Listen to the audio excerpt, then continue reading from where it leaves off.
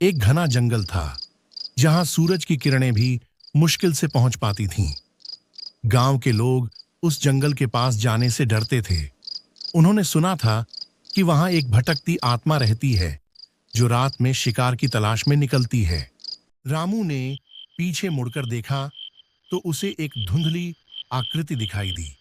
वह आकृति धीरे धीरे उसके पास आ रही थी। रामू का दिल जोर जोर से धड़कने लगा। उसके पैर जैसे जमीन से चिपक गए थे। वह चाहकर भी हिल नहीं पा रहा था। एक बार रामू नाम का एक युवक उस जंगल से होकर गुजरने का साहस कर बैठा। रात का समय था और चारों ओर सन्नाटा पसरा हुआ था। जैसे ही वह जंगल के बीचों बीच पहुंचा, उसे अचानक ठंडी हवा का झोंका महसूस हुआ। उसके चारों ओर की पत्तियां सरसराने लगीं, जैसे कोई अदृश्य शक्ति उन्हें हिला रही हो। आकृति अब रामू के बिल्कुल सामने थी। उसका चेहरा विकृत और आंखें खाली थीं।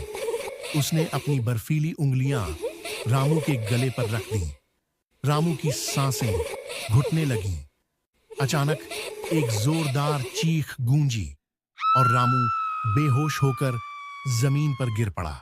सुबह गांव के लोग उसे ढूंढने निकले, लेकिन रामू कभी नहीं मिला। कहते हैं वह भटकती आत्मा अब दो हो गई है।